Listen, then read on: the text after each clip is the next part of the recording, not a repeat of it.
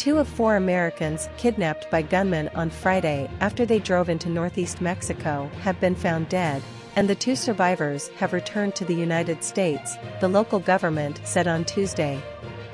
Of the 4, 2 of them have died, there's 1 person injured, and the other person is alive, Americo Villarreal, governor of the border state of Tamaulipas, where the 4 crossed into, said on a call with Mexican President Andrés Manuel López Obrador as the latter held a daily news conference.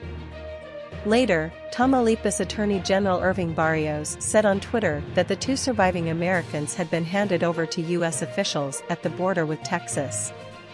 A Mexican official told Reuters the lone woman in the group was not injured. The kidnappings have put a harsh spotlight on U.S. concerns over widespread gang violence in Mexico. Republicans, in particular, have been pushing for the U.S. government to take a tougher line on organized crime south of the border amid rising overdose deaths caused by fentanyl, a synthetic opioid trafficked by Mexican cartels. Republican Senator Lindsey Graham on Monday said it was time to put Mexico on notice, and advocated introducing legislation to classify some Mexican drug cartels as foreign terrorist groups, and set the stage to use military force if necessary. "I would tell the Mexican government, if you don't clean up your act, we're going to clean it up for you," he told Fox News. ABC News on Monday named the 4 Americans as Shade Woodard, Zindell Brown, Latavia Tay McGee, and Eric James Williams, with the last 2 named by a Tamaulipas official as the survivors.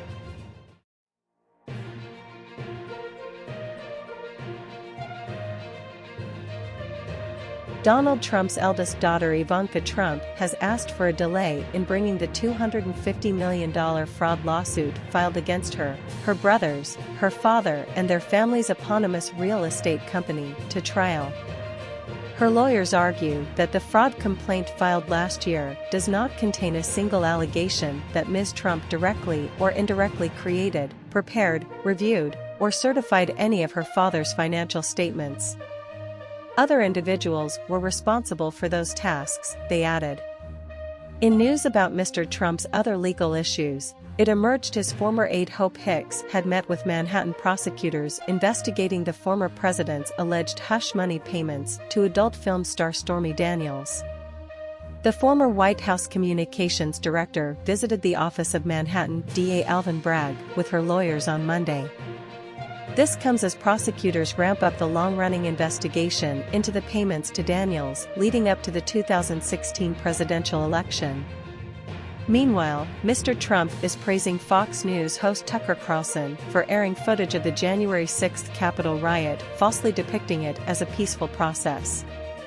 He has called for the prosecution of the House Select Committee that investigated the attack on Congress.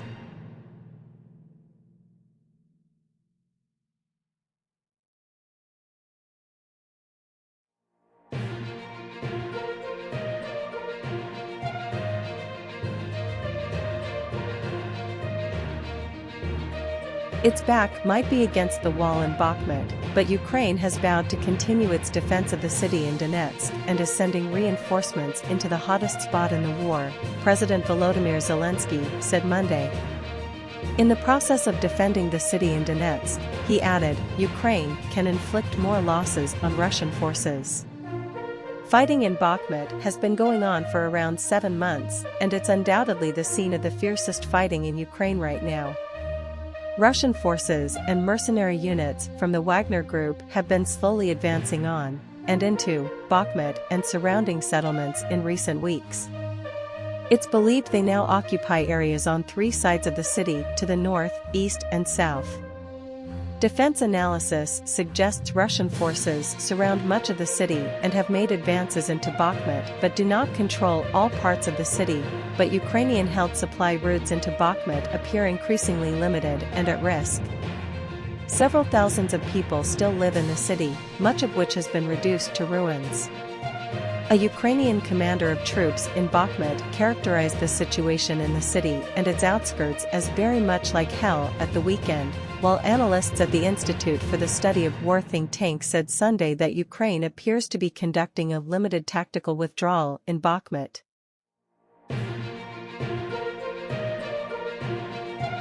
Police are appealing for public assistance after a man was found injured in Epping tonight. Emergency services were called to Baronia Avenue about 7:45 p.m., Monday, March 6, 2023, after a resident heard a loud noise and came out to find a man lying unconscious on the roadway. Officers from Ryde Police Area Command and NSW ambulance paramedics rendered assistance until a medical team was brought to the scene by the toll helicopter, which landed on a tennis court in Grant Close. Police have been told the man's injuries appear consistent with being hit by a vehicle. However, no vehicle was seen to have stopped after the impact. The man has been taken to Royal North Shore Hospital, where his condition is described as critical but stable. At this time, police are still to identify the man, who is described as being of Asian appearance and in his 60s or 70s. The Crash Investigation Unit is en route to the scene to conduct inquiries. Anyone with information about the incident is urged to call Ryde Police or Crime Stoppers on 1-800-333. News Wrap: Biden pushes for voting rights during visit to Selma. In our News Wrap Sunday, President Biden marked the 58th anniversary of Bloody Sunday in Selma, Alabama. Former Maryland Governor Larry Hogan said he will not run for the 2024 GOP presidential nomination. A fire at a Rohingya refugee camp in Bangladesh has left thousands homeless, and disability rights advocate Judy Heumann died at the age of 75. Alaska Republican Senator Sen Sullivan on Sunday played down the possibility that former President Donald Trump could be under indictment while running again for the White House in 2024, an outcome Trump himself said this weekend won't stop his campaign. But Sullivan told ABC This Week anchor George Stephanopoulos that he was looking forward to a competitive GOP primary that featured a new generation and would be supporting whoever becomes the nominee. The indictment part is a hypothetical, Sullivan said when pressed by Stephanopoulos if that would make him not back Trump. We'll see how it plays out. But right now, my plan is to support whoever becomes the nominee.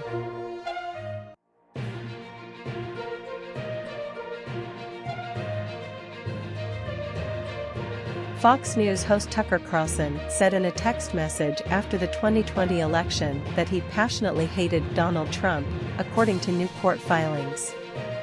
Mr. Carlson's message to a colleague in January 2021 emerged as part of a defamation lawsuit by Dominion Voting Systems against Fox News. The electronic voting firm accuses the network of promoting baseless claims of vote rigging in the election. Fox News denies defamation and says on-air comments were taken out of context. The latest filings in the case suggest Mr. Carlson expressed his dislike of the outgoing U.S. president 2 days before Trump supporters stormed the U.S. Capitol to derail lawmakers from certifying Joe Biden's election win. "We are very, very close to being able to ignore Trump most nights," he wrote in a text sent on January 4, 2021. "I truly can't wait. I hate him passionately," he added. Mr. Carlson, the top-rated host on the conservative network, also appeared to denigrate the Trump presidency in these private messages, despite lauding his achievements on air. "That's the last 4 years. We're all pretending we've got a lot to show for it, because admitting what a disaster it's been is too tough to digest. But come on.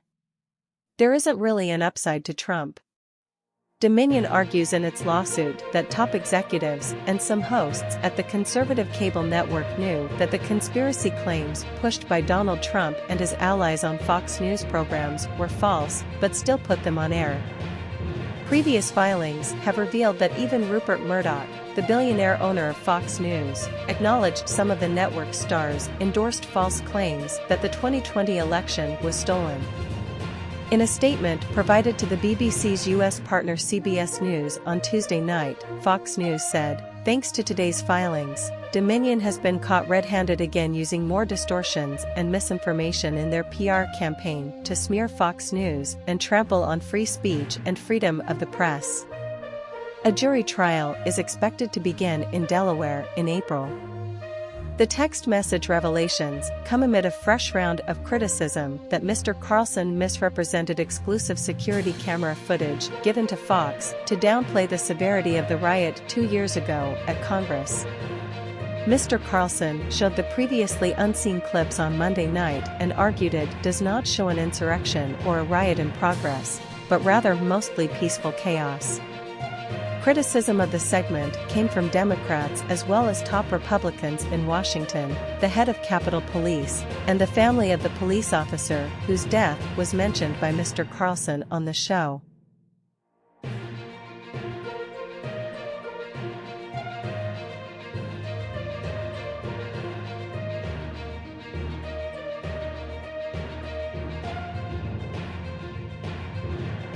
Prince Harry's wife, about racism and lack of support from the British royal family during their stay in the UK.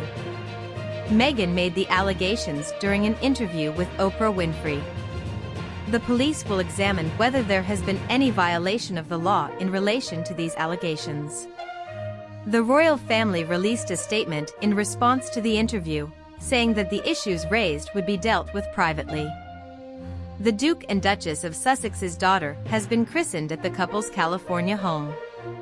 Princess Lilibet Diana, who was born to Prince Harry and Meghan in June 2021, was christened on Friday. The announcement is the first time she has been publicly called a princess. Although she was not a princess at birth, because she was not a granddaughter of the monarch, she gained the right to that title when King Charles acceded to the throne. Buckingham Palace has said the royal website, which currently lists her and brother Archie with the titles Miss and Master, will be updated in due course to reflect the title.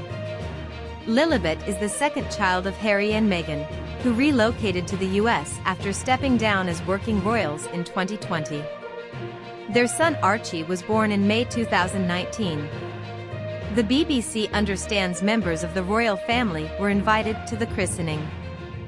The rules governing the titles of royal children were set out by King George V in 1917.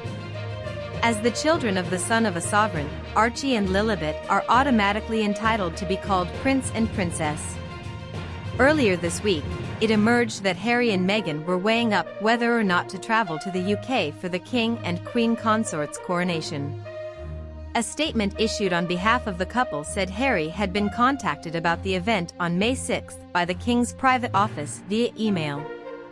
The BBC understands some prospective guests are being asked to save the date ahead of official invitations to be sent later.